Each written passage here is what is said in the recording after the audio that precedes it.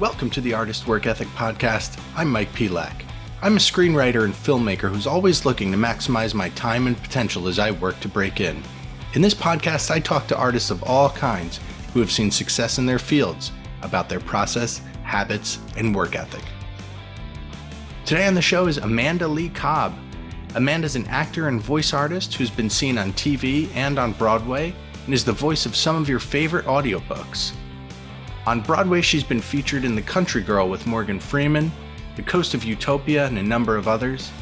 On TV, you've seen her in Law & Order SVU, Chicago Med, Scandal, and many more. A couple quick things before we jump into the episode. I've talked in the past about myself working on breaking into screenwriting. Please check out blackoilfilms.com/screenwriting. There you can check out some of the screenplays I've written.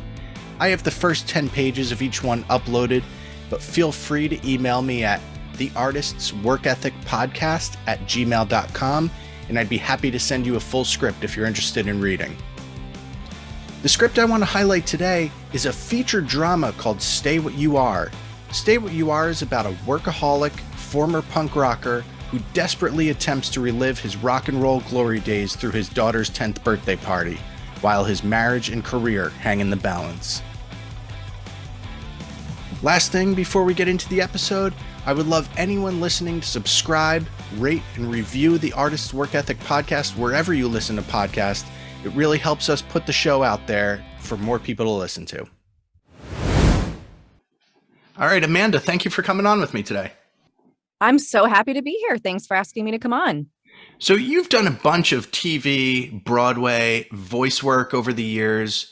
When you were first beginning to work on a professional level, what was that moment that you realized it was all starting to come together? That's a really interesting question because I feel like sometimes as an artist, I know at least for me, it never really feels like it's come together. It kind of feels like a patchwork quilt where you're like, am I going to get another job after this? But when I first graduated from graduate school, I was lucky enough to go to Yale for my MFA. I did not get representation like the rest of my class did. And so I had to start hustling in New York all by myself, learn how to try to get out there based on my connections. I didn't have an agent or a manager that was out there helping me. And I think the first major job I got where I thought, okay, like I think I'm on the right path here, was when I said yes to working with a good friend of mine, Ken Lin, who had written a play, and he was doing it up at New York Stage and Film, and said, hey, I can't really pay you except for in beer. Can you come up here and do this reading with like a couple of Yale buddies? I was like, yeah, sure. So I go up there and I do it. And it just happened that the casting director for Lincoln Center was up there visiting his boyfriend, happened to see the reading of this little show that we did, and asked me to audition for a Broadway show, which at that time, I think this was like 2006, maybe. It was Tom Stoppard's The Coast of Utopia. And it was my first New York audition. And it was my first Broadway audition. Straight to the top. So it was pretty heavy. It was a trilogy. Well, kind of and kind of not. So like I said, when I first graduated, I was like working as a barista. I was selling spa packages on the street. I was like hustling, waiting tables, like trying to figure out how to fill in the gaps. And I would go do a show here or there, like in Vermont, these small regional shows, and I would sublet my apartment. And like I said, I would work for beer. I would say yes to everything. I was really scrambling in that first year to try to put it together. And I was terrified. And you know, this happened to come along late in the summer of that year, and I got it. And so that was my first kind of big job. But even then, I didn't get representation. Even then, I couldn't get an agent. I would call people. I'd say, listen, I'm in this big Broadway show for the whole year. And I'd meet with people and they'd say, hey, you know, I think you're really talented, but I don't know where to put you. You confuse me. You're not an easy sell. Really sorry. Best of luck to you. And this went on and on and on. And it took a really long time for me to eventually get representation and for me to start getting regular auditions. But eventually that happened with a lot of hustle and hard work. And I started to kind of build up from there. So do you think that hustle and that work ethic comes from, somewhere that something in how you were raised or something else in your life that instilled that into you?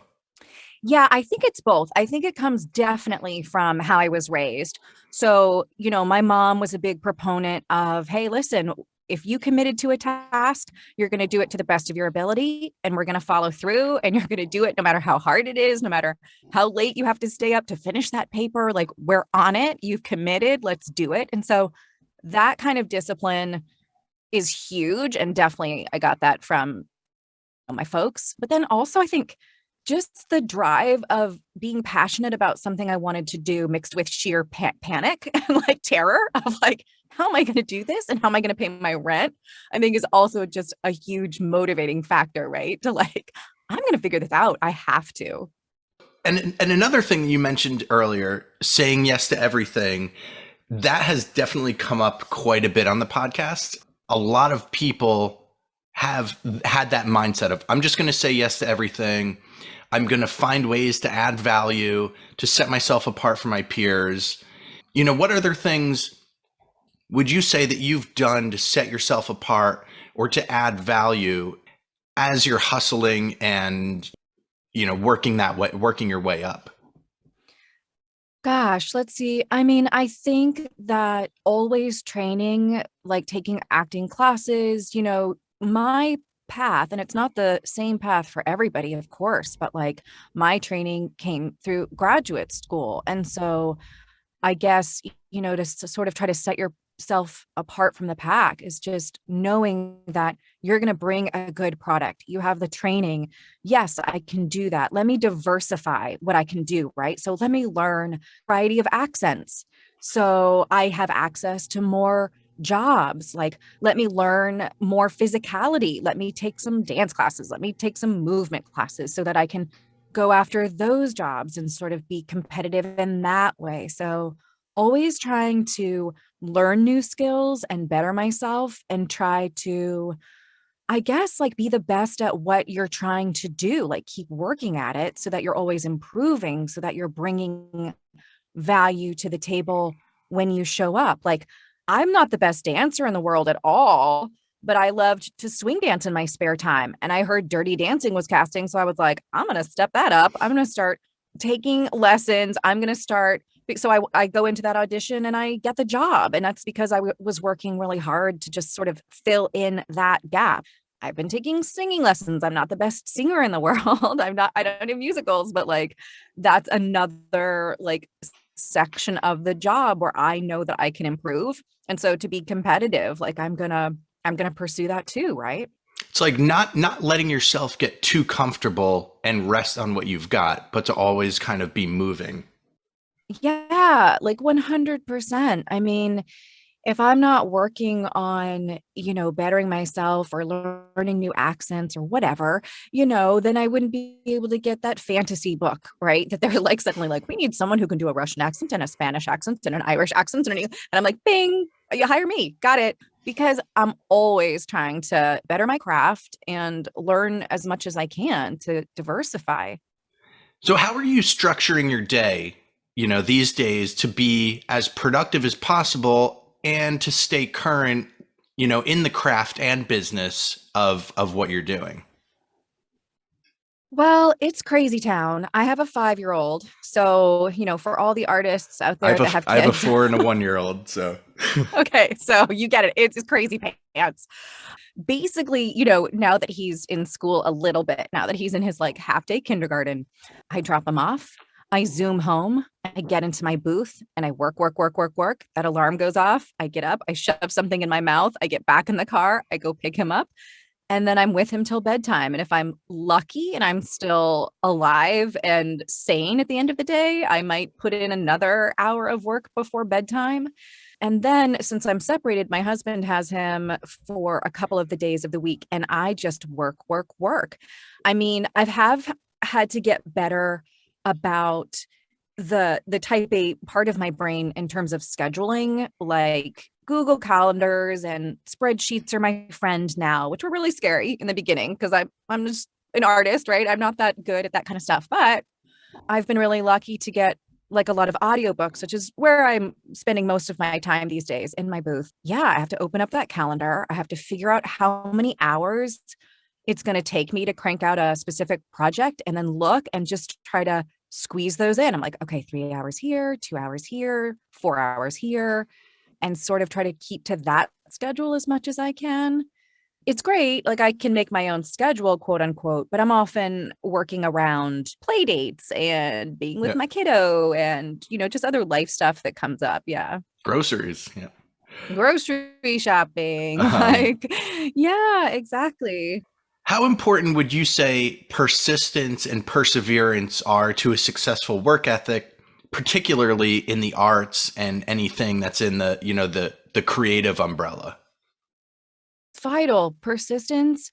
I'm so lucky. I've started this podcast and it's all about Broadway understudies, swings, and standbys. And one of the reasons why I wanted to do the podcast was not only so that people could understand what goes into the job and sort of take their hats off to these amazing performers who are not recognized and the face sort of behind the stars and stuff like that, but to hear their stories about what you just said about hustling in the business. Like the second I guy, Eddie Lee, who understudies Hamilton, really huge deal. But then talking to him, he tells you how he went to audition after audition, callback after callback, did not get it for years, like over the span of 2 years. And he kept showing up. He kept going, practicing, learning, whatever. And he kept showing up. And then look at where we are now. He's on Broadway. He just went on last week again as Hamilton. I mean, it's important because if you're not out there pounding that pavement and persevering through the rough times, you're not going to make it because there's so many rough times as an artist and somebody next to you is going to keep showing up. Right. So I think it's so important to persevere and to keep pushing. I think it's absolutely vital if you're going to make it because there's a lot more no's than yeses in this business, especially as an actor. And you have to be able to dust yourself off and get back up and try again. It's vital. I agree. And I feel like that's been one of the harder parts is just wading through the no's to try to get those yeses. I was in a bunch of years back, I did a mentorship program with the Writers Guild called the Veterans Writing Project. I'm also a veteran. And we had a kind of like a small group seminar with Billy Ray. Billy Ray wrote Captain Phillips and a ton of, huge movies. And I remember him looking around the room and getting very stern and saying, "You all need to work because I am your competition." And I think it was just kind of one of those sort of like obvious, but still enlightening moments of, oh yeah, the guy who wrote Captain Phillips is in theory the guy who, you're battling for the same small amount of, I'm by no means battling Billy Ray for any sort of job these days, but it's just kind of keeping that in mind that like you're saying, there's always other people out there who are just as hungry as you. And if you're not going to put in that time and that persistence, someone else is going to win the race. Yeah, absolutely right. I taught at NYU's Playwrights Horizons program for a couple of years. And I remember telling my students, I don't care whether or not you show up prepared. This is on you. If you want to make it in this business, if you're serious about committing as an actor in this industry, this is all on you. Because there was one student I had in particular. I was like, you are extremely talented. She had a lot of natural talent, but she was lazy.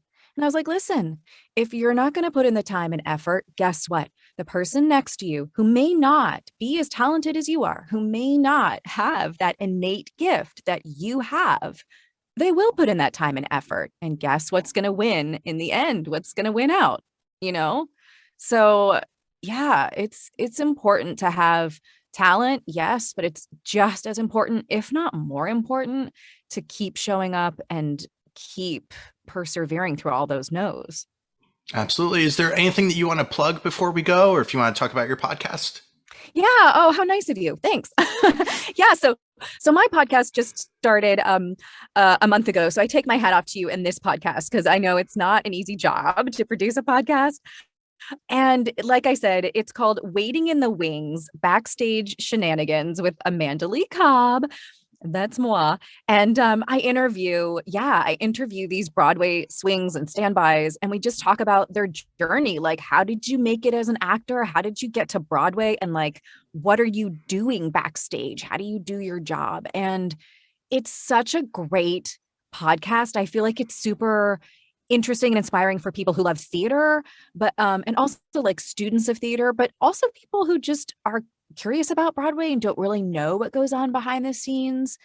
The stories are really beautiful and interesting and inspiring. So that's what I would plug with my podcast. Once again, it's Waiting in the Wings, Backstage Shenanigans with Amanda Leigh Cobb. It's on Spotify, it's on Apple, it's everywhere. Just search for it, you'll find it. All right, sounds awesome. Thank you so much for coming on with me today. You're welcome. Thanks for having me. Thank you so much for listening today. Please subscribe to the Artist Work Ethic podcast anywhere you listen to podcasts, and please rate and review the show. Follow us on Instagram at The Artist's Work Ethic, and check out theartistsworkethic.com.